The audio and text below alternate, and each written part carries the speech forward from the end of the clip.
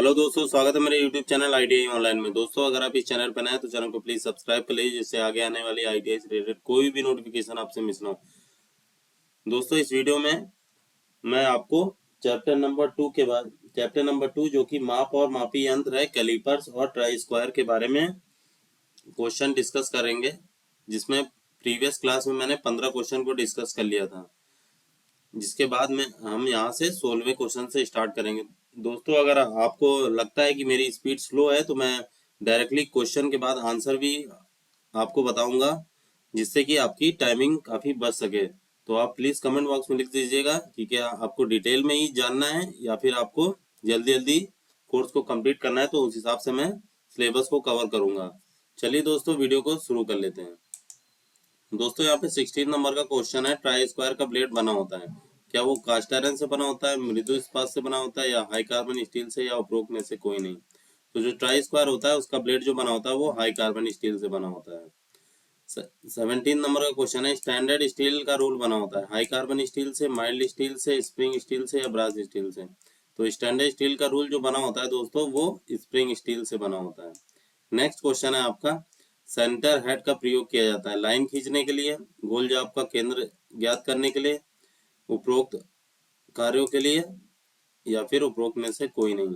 तो जो centre head का प्रयोग होता है वो गोल जाप का केंद्र ज्ञात करने के लिए होता है। किसका प्रयोग करते हैं? गोल जाप का केंद्र ज्ञात करने के लिए। नेक्स्ट क्वेश्चन है 19 नंबर का, निम्न में से सीट मेटल कार्य के लिए कौन सा औजार है? सीट मेटल किस का औजार कौन सा है दोस्तों? इसमें ट्राई स्क्वायर है, एल स्क्वायर है, शॉर्ट रूल है, या नैरो रूल है? तो शीट मेटल कार्यों में कौन सा औजार यूज करते हैं? एल स्क्वायर को दोस्तों। नेक्स्ट क्वेश्चन है 20 नंबर का, निम्न में से कौन सा अप्रत्यक्ष मापी औजार नहीं है? दोस्तों, अप्रत्यक्ष मापी मतलब होता है इनडायरेक्ट मेजरिंग टूल। तो इसमें से कौन सा नहीं है, यानी कि आपको बताना है डायरेक्ट मेजरिंग टूल कौन सा है। तो दोस्तों, ये बहुत इंपॉर्टेंट चीज होती है, नहीं या है, ये नहीं लगने से पूरा इसका क्वेश्चन ही चेंज हो जाता है। तो वो जब एग्जाम में आपसे एग्जामिनर पूछता है तो आपको ये लगेगा कि मेरा ये आंसर सही है, लेकिन उन्होंने अगर नहीं वर्ड उसमें ऐड कर दिया तो आपको लगेगा सही है, लेकिन असली में जब आप एग्जामिनर के बाद एग्जाम दे के आएंगे उसके बाद जब आंसर की आएगी तो उसमें तो लिखा रहेगा कि ये क्वेश्चन का आंसर नहीं में था।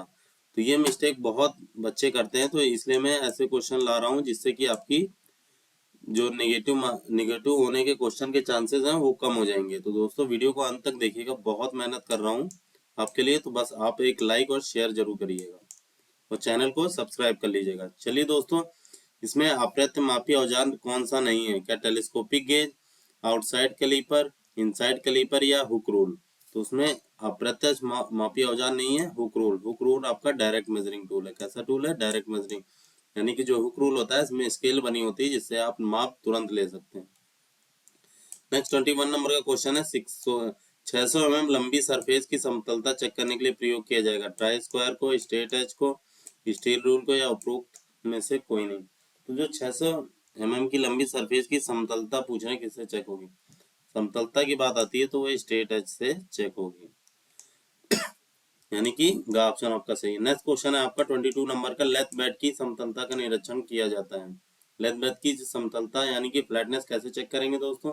क्या स्टील रूल द्वारा, या कास्ट आयरन के स्ट्रेट एज द्वारा, या फिर सरफेस प्लेट द्वारा, या उपरोक्त सभी के द्वारा? तो दोस्तों, जो लेथ की बेड की समतलता होती है तो वो हमेशा कास्ट आयरन एज द्वारा चेक की जाती है। किससे? कास्ट आयरन के एज द्वारा।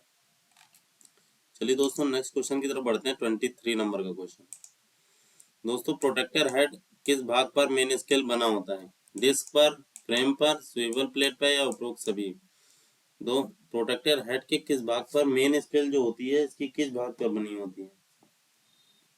तो मेन स्केल जो बनी होती है वो डिस्क पे। किस पे बनी होती है? डिस्क पे। जो प्रोटेक्टर हेड होता है उसकी जो मेन स्केल होती है वो हमेशा डिस्क पे बनी होती है।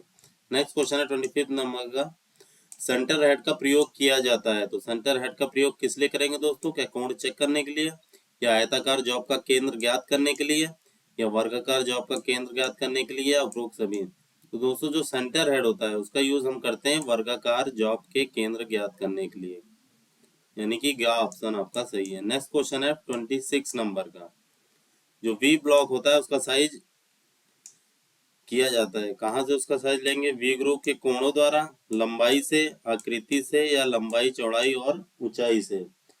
तो दोस्तों ये बहुत ही अच्छा क्वेश्चन है, बहुत इंपॉर्टेंट क्वेश्चन है।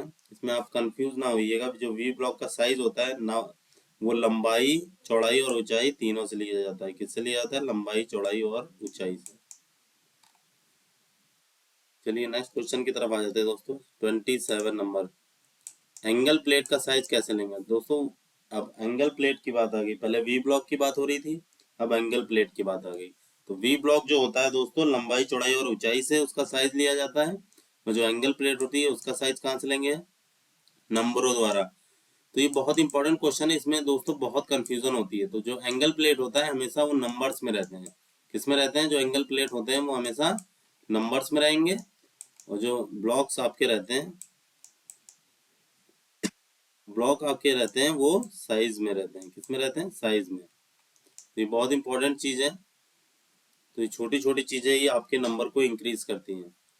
चलिए दोस्तों नेक्स्ट क्वेश्चन की तरफ बढ़ते हैं। 28 नंबर का क्वेश्चन, इनमें से अप्रत्यक्ष मापी यंत्र कौन है? Universal bevel, hemispherical gauge, combination bevel या उपरोक्त सभी। तो अप्रत्यक्ष मापी की बात जहां भी आ जाएगी तो वहां पे आपका ऑप्शन अप्रत्यक्ष मापी जो होता है इनडायरेक्ट मेजरिंग टूल, यानी कि जो डायरेक्ट मेजर ना कर पाए। जैसे स्केल होती है, आपने स्केल ली, स्केल से किसी का माप लिया तो आप माप तुरंत ले सकते हैं। लेकिन अगर डिवाइडर से बोल दिया जाए आप स्केल माप लेके बताइए, तो आप डिवाइडर से नहीं ले सकते, क्योंकि वो इनडायरेक्ट मेजरिंग टूल है। डिवाइडर से पॉइंट टू पॉइंट आप नाप लेंगे, उसके बाद उस पॉइंट को स्केल पे जाके रख के देख सकते हैं कि कितना आया। तो वो चीज होती है इनडायरेक्ट मेजरिंग टूल।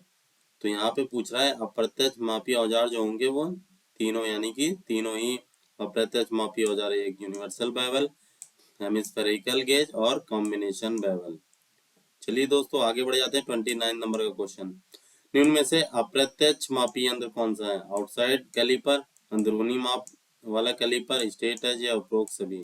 जो अप्रत्यक्ष मापी यंत्र होते हैं वो आउटसाइड कैलिपर भी अप्रत्यक्ष मापी है, इनडायरेक्ट मेजरिंग टूल में आता है अंदरूनी माप लेने वाला कैलिपर भी, इनसाइड कैलिपर जिसे बोलते हैं, और स्ट्रेट एज, तीनों ही अप्रत्यक्ष मापी यंत्र हैं।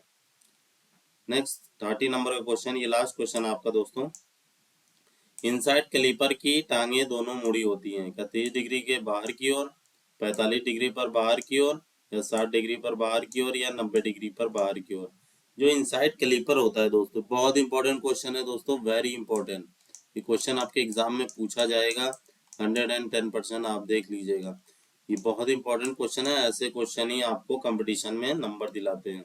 तो इनसाइड कैलिपर की दोनों टांगे कितने डिग्री पे मुड़ी होंगी दोस्तों? 45 डिग्री। कितने पे? 45 डिग्री पे इनकी दोनों टांगे मुड़ी होती हैं। तो दोस्तों बहुत इंपॉर्टेंट है, इसको चाहिए आप स्क्रीनशॉट ले सकते हैं, बहुत इंपॉर्टेंट क्वेश्चन है। इसको मैं यहाँ से क्लियर कर देता हूँ। यहाँ पे 45 डिग्री आपका आंसर सही है। इनसाइड कैलिपर की दोनों टांगे 45 डिग्री पर बाहर की ओर मुड़ी होती हैं। तो वीडियो अगर आपको वीडियो में एक भी पॉइंट अगर आपका क्लियर हुआ तो प्लीज लाइक और सब्सक्राइब कर दीजिएगा दोस्तों। जो मैं सीरीज यहाँ पे लाया हुआ है, इसमें हर चैप्टर से आपके 5 से 10 क्वेश्चन आने की संभावना है। तो प्लीज वीडियो को अंत तक देखिएगा, हो सकता है आपके 5 से 10 नंबर जो इंक्रीज ना हो रहे हों तो आपको वो मेरिट पे ले आएंगे। तो वीडियो को प्लीज लाइक और सब्सक्राइब कर दीजिए, और ज्यादा से ज्यादा लोगों में शेयर कर दीजिए। ओके, जय हिंद।